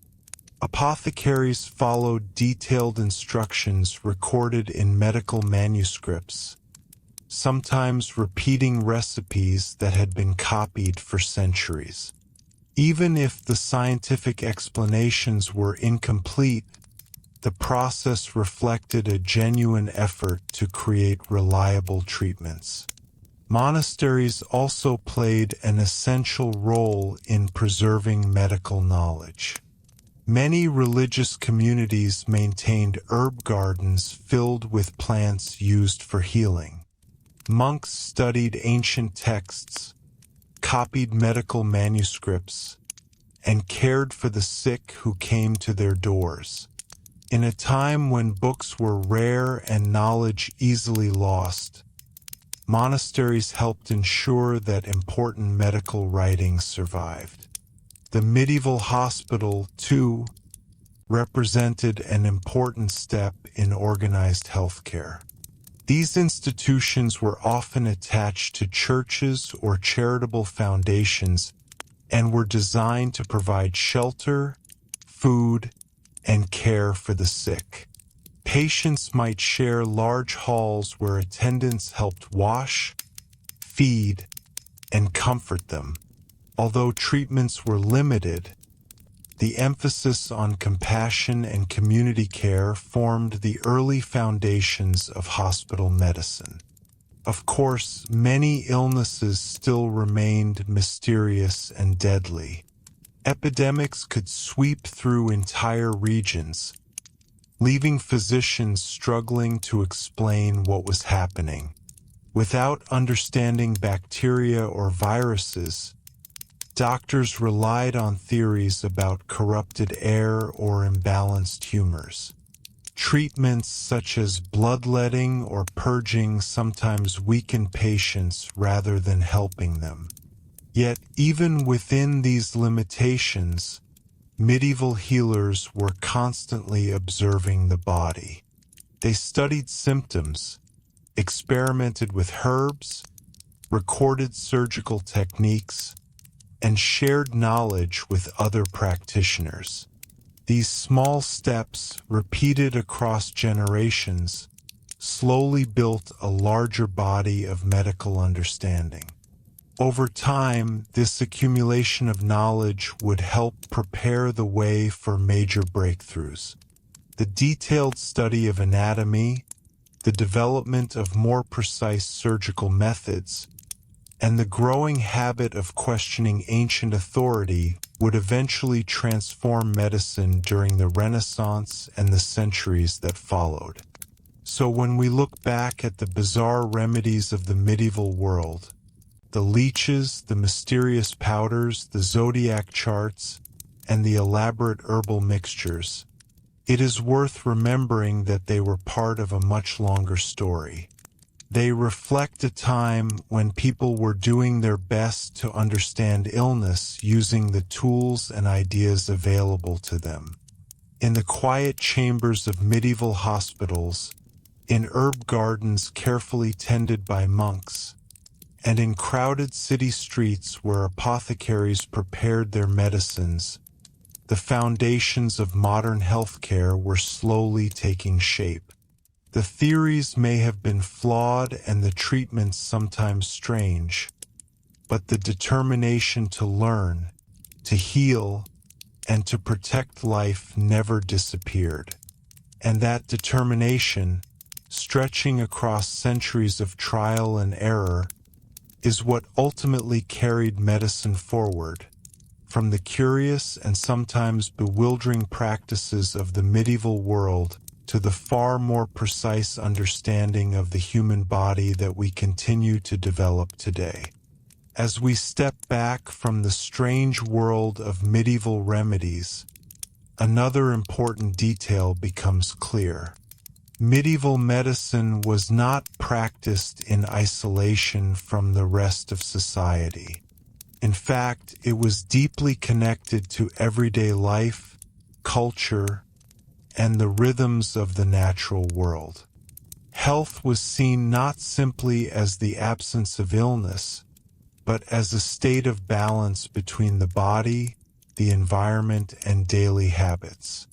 Medieval physicians believed that maintaining health required careful attention to routine. Diet, sleep, exercise, emotional stability, and the quality of the surrounding air were all thought to influence the body's internal balance. A person who ate too much rich food, slept irregularly, or lived in foul-smelling surroundings might disrupt the harmony of the humors and become vulnerable to illness. For this reason, Many medieval medical texts included what were essentially guides to healthy living. Physicians might recommend waking early, eating moderate meals, and avoiding excessive drinking. Fresh fruits and vegetables were sometimes encouraged in certain seasons, while heavy meats might be limited depending on a person's condition. Even the order of eating foods mattered, because digestion was believed to depend on the correct sequence of ingredients. These ideas extended to the structure of the day itself. Gentle exercise after meals was sometimes recommended to aid digestion. Too much inactivity was thought to cause stagnation within the body, while extreme physical effort could weaken the humors. The goal was always moderation, a steady balance that allowed the body to function without strain. Sleep also received significant attention in medieval medical thought. Physicians believed that proper sleep helped the body recover its strength and maintain internal harmony. Too little sleep could leave the humors overheated and dry, while excessive sleep might cause sluggishness and weakness. Many doctors advised sleeping at regular hours and avoiding heavy meals shortly before bed. Even the direction in which a person slept could sometimes be discussed. Some medical traditions suggested that the position of the body relative to the earth or the winds might affect circulation or breathing. While these beliefs were not scientifically accurate, they reflected a worldview in which the body was constantly interacting with the larger environment. Seasonal change was another factor physicians considered carefully. Medieval medicine taught that each season carried its own qualities. Spring was thought to increase moisture and warmth in the body. Summer intensified heat, autumn brought dryness, and winter increased coldness. These seasonal shifts were believed to influence which illnesses might appear and what treatments should be used. As a result, physicians sometimes adjusted treatments throughout the year. Diets, herbal remedies, and medical procedures could be modified to account for seasonal conditions. This approach created a form of medicine that was closely tied to nature's cycles, even if the explanations behind it were not entirely correct. Interestingly, many medieval people also believed that maintaining clean surroundings helped prevent disease. Although they did not understand germs, they often associated foul smells with illness. This belief encouraged certain sanitation efforts in cities. Waste was sometimes removed from streets, and strong-smelling herbs were burned to improve the air. During outbreaks of disease, people attempted to protect themselves by purifying their homes with smoke from aromatic plants such as rosemary or juniper. Vinegar might be used to wipe surfaces, and fragrant flowers were sometimes carried in small bundles to mask unpleasant odors. These practices were based on the miasma theory of poisonous air, but some of them inadvertently reduced exposure to contaminated environments. The medieval understanding of health, therefore, combined observation with symbolism. Certain remedies worked because of their real properties, while others reflected deeper cultural beliefs about balance, purity, and harmony with nature. In many cases, these ideas overlapped, making it difficult to separate practical medicine from philosophical interpretation. What becomes clear when studying medieval medicine is that it was never static. Knowledge slowly evolved through generations of practitioners who observed patients, shared ideas, and recorded their experiences. Surgeons improved techniques through repeated practice. Herbalists expanded their understanding of plants. Physicians debated theories in universities and copied manuscripts that preserved centuries of learning. This gradual accumulation of knowledge meant that even the most unusual practices played a role in the long development of medicine. Some treatments would eventually be abandoned, while others would inspire later discoveries.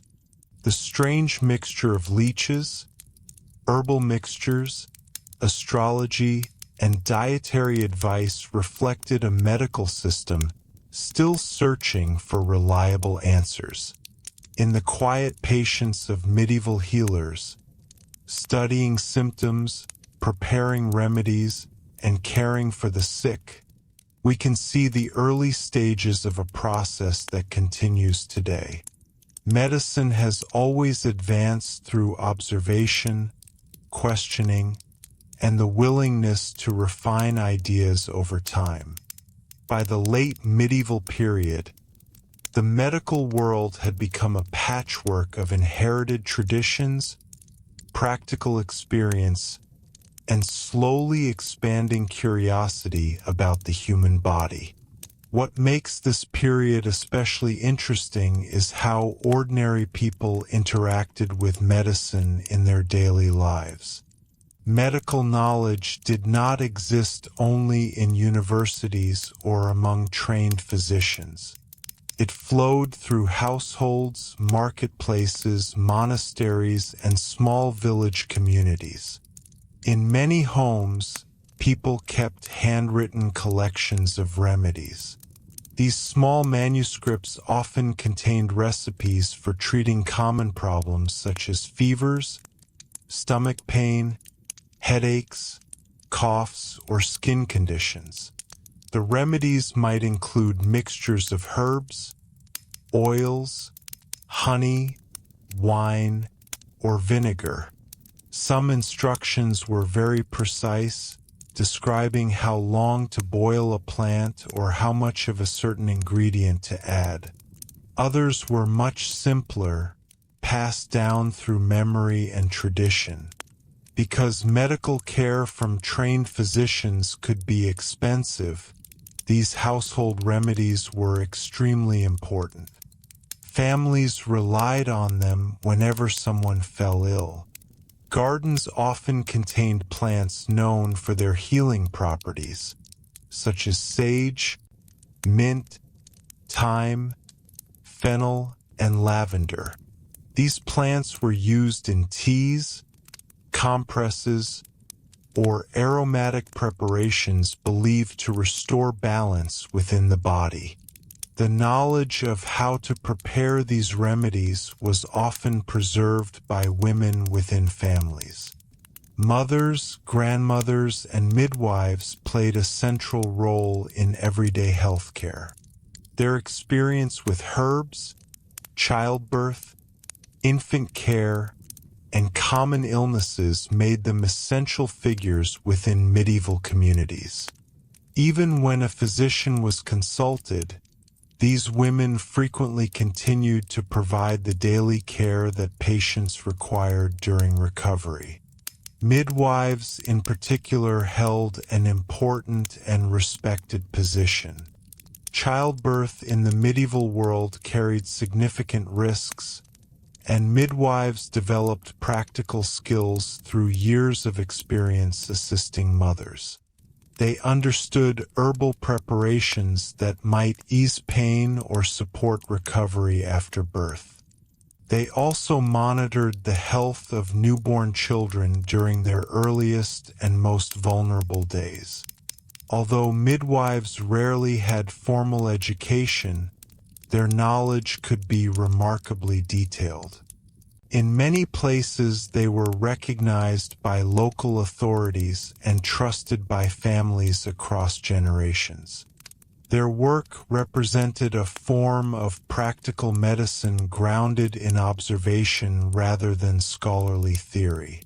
Meanwhile, in larger towns and cities, medical practitioners continued to expand their knowledge through written texts. Medical manuscripts circulated among physicians, surgeons, and apothecaries, containing descriptions of diseases and treatments that had been copied and preserved for centuries. Some manuscripts included illustrations of surgical tools, diagrams of the human body, and images of plants used in medicine. These books often combine knowledge from several different cultures. Ancient Greek writings formed the foundation, but later scholars from the Islamic world had added their own observations and refinements. Through trade, translation, and scholarship, these ideas eventually reached European universities where they became central to medical education. Apothecaries served as the bridge between written knowledge and practical treatment. Their shops contained shelves filled with jars, powders, oils, and dried plants. Customers arrived with prescriptions from physicians or requests for remedies recommended by neighbors or family members. The apothecary would carefully measure ingredients, grind them into powders, mix them with honey or wine, and prepare medicines ready for use. Some remedies were relatively simple, consisting of a few herbs combined together. Others were far more elaborate. Certain medical preparations contained dozens of ingredients gathered from distant regions through expanding trade networks. Spices such as cinnamon, ginger, and cloves were valued not only for cooking but also for their supposed medicinal benefits. Despite the complexity of these mixtures, the underlying medical philosophy remained largely tied to the idea of balance within the body. Treatments were designed to restore harmony between the humors or counteract qualities, such as heat, cold, dryness, or moisture believed to cause illness. At times, this approach led to unusual solutions. Physicians might prescribe warming spices for someone suffering from a cold condition or cooling herbs for someone experiencing fever. Even though the scientific explanation was flawed, some treatments occasionally worked because the herbs themselves had genuine biological effects. Over generations, this mixture of practical success and mistaken theory created a medical system that was both strange and surprisingly resilient. People continued to rely on it because, in many cases, it offered the best available hope for relief. What makes medieval medicine so compelling today is not simply its unusual remedies, but the determination behind them. As medieval society moved toward the later 15th century, the strange medical traditions that had shaped healthcare for centuries still remained visible everywhere. Yet beneath these familiar practices, something subtle but important was changing. Scholars were beginning to look at nature and the human body with a slightly different mindset. Instead of relying entirely on inherited authority, more physicians were asking what careful observation might reveal. This shift did not immediately replace medieval medicine. Bloodletting, herbal remedies, and humoral theory still guided most treatments. But curiosity about anatomy and natural processes slowly grew stronger. Physicians began comparing what they read in ancient texts with what they saw in actual patients. Surgeons paid closer attention to the structure of wounds and bones. Herbalists observed how particular plants affected different symptoms. These small acts of observation gradually encouraged a more practical approach to medicine. Instead of viewing illness purely as an imbalance of abstract humors, some practitioners began noticing patterns in how diseases behaved. Fevers appeared to follow cycles. Certain illnesses spread between people who lived close together. Injuries healed more successfully when wounds were kept clean and protected. None of these insights yet formed a complete scientific explanation, but they represented important steps toward one. Medieval medicine had always valued experience to some degree, especially among surgeons and local healers. Now that practical knowledge was slowly gaining more influence even within scholarly medicine. At the same time, European society itself was changing in ways that affected medical practice. Trade routes were expanding, bringing new plants, spices, and medicinal ingredients into apothecary shops. Cities were growing larger, which meant physicians encountered more patients and a wider variety of illnesses. Written texts circulated more widely as manuscript copying increased and literacy slowly expanded. This growing exchange of ideas meant that medical knowledge traveled farther than before. A physician in Italy might read translations of Arabic medical works, while an apothecary in France could learn about herbs described in earlier Greek writings. Knowledge that had once remained isolated in certain regions gradually became part of a shared intellectual tradition. Meanwhile, the role of hospitals continued to evolve. Medieval hospitals were often founded by religious institutions, and their primary mission was care rather than cure. They provided shelter for the sick, the poor, travelers, and the elderly. Within their walls, patients received food, rest, prayer, and basic medical attention. Although these hospitals lacked modern medical technology, they represented a significant step in organized healthcare. Caregivers observed patients over long periods, which sometimes allowed them to recognize patterns in disease progression. Nursing practices slowly developed as attendants learned how to feed, clean, and comfort those who could not care for themselves. For many people, the most familiar face of medicine remained the local healer. In villages and small towns, experienced herbalists continued to treat everyday illnesses using plants gathered from nearby fields and forests. These healers often knew which herbs could reduce fever, soothe stomach pain, or help wounds close more quickly. Their knowledge came not from universities, but from generations of experience. Over time, communities learned which remedies worked best through repeated use. Some treatments failed and were forgotten, while others proved helpful enough to be passed down from parent to child. The natural world itself remained the medieval healer's greatest resource. Plants were believed to hold specific qualities that could restore balance to the body.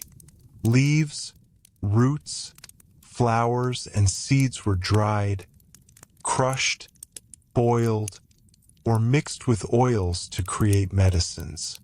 Even minerals and animal products sometimes appeared in remedies, reflecting the belief that nature offered cures for every illness if one knew where to look. What makes the world of bizarre medieval medicine so fascinating today is how it blends imagination with careful attention to the body. Physicians studied urine to diagnose disease, surgeons experimented with techniques to repair injuries, and herbalists observed the effects of plants with surprising patience. At times their theories led them in the wrong direction. The belief in humors, miasma, and astrological influence shaped treatments that now seem unusual or even unsettling. Yet these ideas also formed a framework that allowed people to think systematically about health and illness.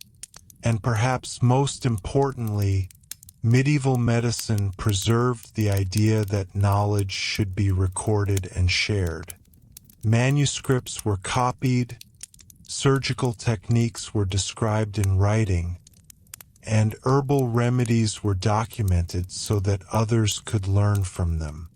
Without this preservation of knowledge, many ancient medical ideas might have disappeared completely. By the time the medieval period finally gave way to the Renaissance, the stage was set for profound changes. As the medieval era gradually gave way to the Renaissance, one final truth about medieval medicine becomes clear. It was never a single, unified system.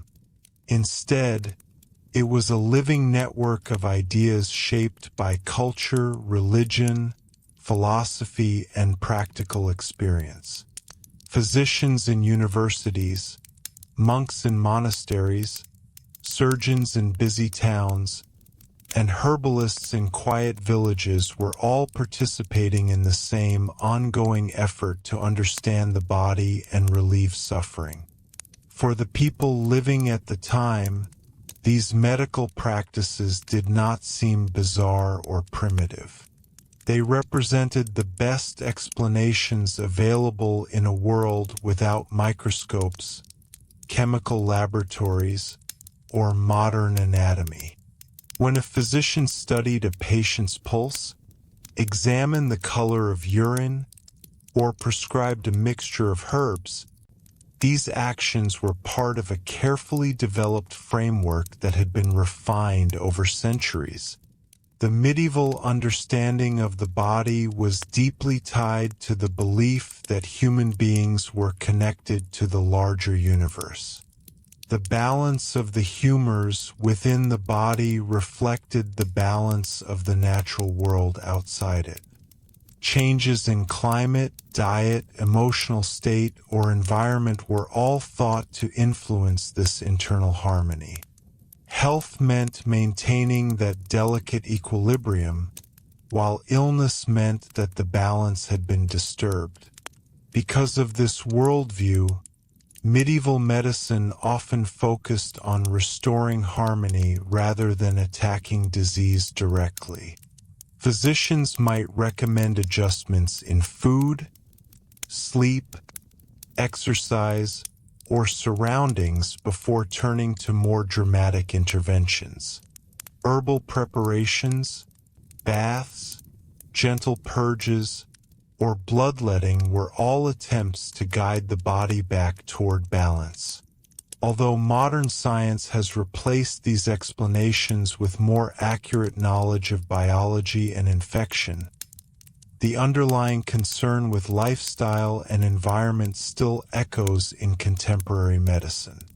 Today we recognize that nutrition, rest, exercise, and emotional well-being all play a role in health. In a distant way, medieval physicians were already trying to explore those connections, even if their theories were incomplete. The strange remedies that capture our attention today, leeches drawing blood, powders made from unusual ingredients, or astrological charts guiding treatments, should therefore be understood within the intellectual world that produced them. They were part of a system that combined ancient philosophy, religious belief, and careful observation of the natural world. And within that system, knowledge slowly accumulated. Surgeons learned from the wounds they treated. Herbalists discovered which plants eased pain or reduced fever. Monks preserved medical texts that might otherwise have been lost. Universities trained physicians who carried these ideas across Europe and beyond. Over time, these scattered efforts helped create a foundation upon which later generations could build. When Renaissance scholars began to study anatomy more closely, they inherited centuries of preserved knowledge. When early scientists started questioning traditional explanations of disease, they were continuing a process that medieval observers had quietly begun. So the story of bizarre medieval medicine is not simply a tale of strange cures and outdated theories. It is a story about humanity's long struggle to understand the fragile machinery of the body. Every remedy mixed in an apothecary's shop, every herb cultivated in a monastery garden, and every physician studying a patient's symptoms represented another attempt to solve the mystery of illness. In the dimly lit rooms of medieval hospitals, where patients lay beneath wooden beams and healers worked with the tools available to them, the future of medicine was already taking shape. Progress came slowly, sometimes painfully, but it continued. And when we look back across those centuries today, beyond the leeches and the peculiar recipes, we see something remarkably familiar. We see people asking questions, sharing knowledge, and trying patiently and persistently to learn how the human body works and how suffering might be eased. That quiet determination, more than any individual remedy, is the true legacy of medieval medicine. As the medieval world slowly moved toward the dawn of the modern age, the legacy of its medical traditions remained deeply woven into everyday life. Even as new ideas began to emerge, most people still trusted the remedies and explanations that had guided their families and communities for generations. Medicine was not simply something practiced by specialists. It was a shared cultural understanding of how the body, nature, and the world itself were connected. In many medieval households, knowledge about health formed part of daily routine.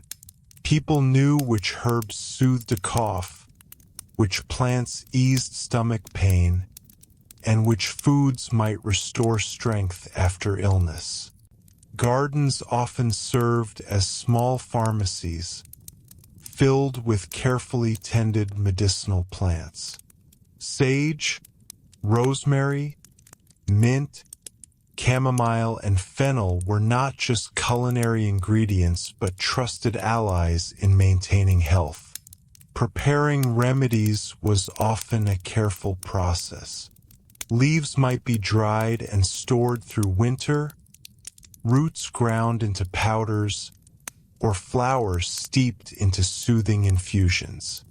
Some treatments were applied directly to the skin as poultices, while others were consumed as teas or syrups. These methods reflected centuries of observation about the natural world. Although medieval healers did not understand chemical compounds, they recognized patterns in how plants affected the body. This reliance on nature gave medieval medicine a rhythm closely tied to the seasons. Spring, summer, autumn, and winter were each believed to influence the humors differently. Physicians sometimes advised changing diet and behavior according to the time of year. Lighter foods might be recommended during warmer months, while richer meals helped maintain strength during colder seasons. Seasonal changes also influenced the collection of herbs. Certain plants were believed to possess stronger healing properties when gathered at specific times of year.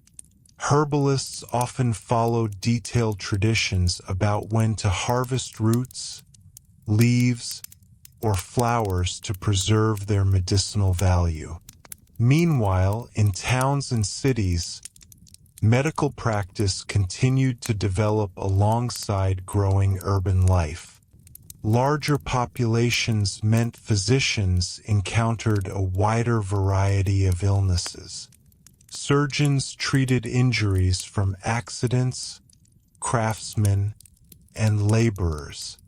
Apothecaries expanded their supplies as trade routes brought new ingredients from distant regions.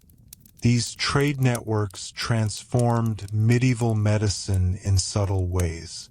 Spices such as ginger, cinnamon, and cloves were imported from faraway lands and incorporated into medicinal preparations. These ingredients were valued not only for flavor but also for their warming qualities within the humoral system. Wealthy patients often received remedies containing rare spices that symbolized both medical care and social status. The medical marketplace, therefore, became a lively part of urban life. Apothecary shops displayed rows of jars filled with powders, oils, and dried herbs. Customers arrived seeking relief from coughs, headaches, fevers, or digestive troubles. Some brought written prescriptions from physicians, while others relied on advice passed down through family or neighbors. Although many treatments were based on theories we now recognize as incorrect, the process itself involved genuine attention to the body. Practitioners listened to patients, observed symptoms, and tried different remedies in search of improvement. Over time, this accumulation of practical experience helped refine certain treatments and discard others. Hospitals also continued to serve an important role during this period. Often operated by religious communities, these institutions provided care for the sick, the elderly, and travelers who needed shelter. Patients were given food, rest, and basic treatment while attendants monitored their condition. Even without modern technology, the simple act of organized care could make a meaningful difference in recovery. Perhaps the most enduring feature of medieval medicine was the spirit of persistence that surrounded it. Illness was a constant presence in medieval life. Epidemics could sweep through cities, injuries could easily become dangerous, and even minor infections sometimes carried serious consequences. Yet communities continued searching for solutions with patience and determination.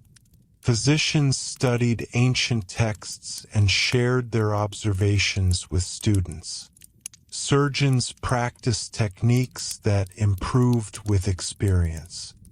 Herbalists explored the properties of plants growing in fields and forests. Families recorded remedies that seemed helpful and preserved them for future generations. This slow accumulation of knowledge formed a bridge between the ancient world and the scientific transformations that would soon reshape medicine. By the time the Renaissance began encouraging deeper study of anatomy and natural science, centuries of medieval observation had already prepared the ground. When we look back today at the curious remedies and unusual beliefs of medieval medicine, it is easy to focus on their strangeness. Yet behind every remedy, every herbal mixture, and every careful examination of a patient was a sincere effort to understand the body and protect life. In that sense, medieval medicine was not simply a collection of outdated ideas. And so, as the medieval world slowly gave way to a new age of discovery, the strange practices that once defined its medicine began to fade into history. The leeches, the humors, the charts of zodiac signs mapped across the human body. These ideas would gradually lose their authority as scholars turned increasingly toward direct observation, experimentation, and anatomical study. Yet the story of medieval medicine should not be remembered only for its odd remedies. It was, above all, a chapter in humanity's long attempt to understand the fragile machinery of the body. In an age without microscopes, without modern chemistry, and without knowledge of bacteria or viruses, healers worked with what they could see, what they could touch, and what centuries of tradition had passed down to them. Physicians studied symptoms carefully. Surgeons developed practical techniques for treating wounds and broken bones. Herbalists learned the properties of plants through generations of trial and experience. Monks copied ancient medical manuscripts so that knowledge would not be lost. Even when their explanations were incomplete, their efforts helped preserve and expand what humanity knew about health and disease. Many medieval remedies may appear bizarre to us today, but within that strange world were small fragments of truth. Certain herbs really could soothe pain or reduce fever. Clean bandages and wine used on wounds sometimes limited infection. Attention to diet, rest, and environment occasionally supported recovery in ways physicians only partly understood. Over centuries, these observations slowly accumulated. When Renaissance scholars began studying anatomy more carefully and questioning the authority of ancient writers, they did not start from nothing. They inherited a foundation built by generations of medieval healers who had recorded their ideas, successes, and mistakes. In the quiet rooms of medieval hospitals, in monastery gardens filled with medicinal plants, and in the bustling shops of apothecaries mixing herbs and spices, medicine was slowly evolving. Progress was uneven and often uncertain, but the desire to heal and to learn never disappeared. So when we look back at the world of bizarre medieval medicine, we are not simply seeing a collection of strange cures. We are witnessing a moment in history when people faced the mystery of illness with courage, curiosity, and the limited tools they had available. And in that determination to study the body, to ease suffering, and to pass knowledge forward, the foundations of modern medicine were quietly taking shape.